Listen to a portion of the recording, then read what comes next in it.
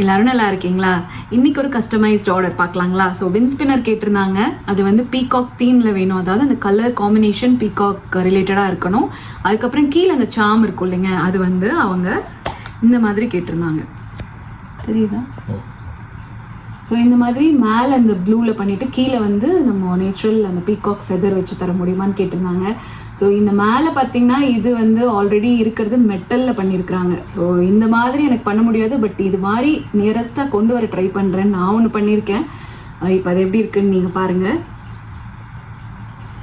So இப்போ இதில் பார்த்தீங்கன்னா இந்த சாம் வந்து இங்கே இது வந்து நமக்கு ஃபுல்லாக க்ரோஷே பண்ணதுங்க. இதில் எந்த கம்பி அதெல்லாம் எதுவுமே வைக்கல. இது ஃபுல் அண்ட் ஃபுல் க்ரோஷே பண்ணது. அதுக்கப்புறம் இந்த பீகாக் கலர்ஸ் பார்த்தீங்கன்னா இந்த மாதிரி இருக்கும். ஸோ இதுதான் அந்த பீகாக் கலர்ஸ். ஸோ இப்போ இது எப்படி இருக்குன்னு ஓப்பன் பண்ணி பார்க்கலாம்.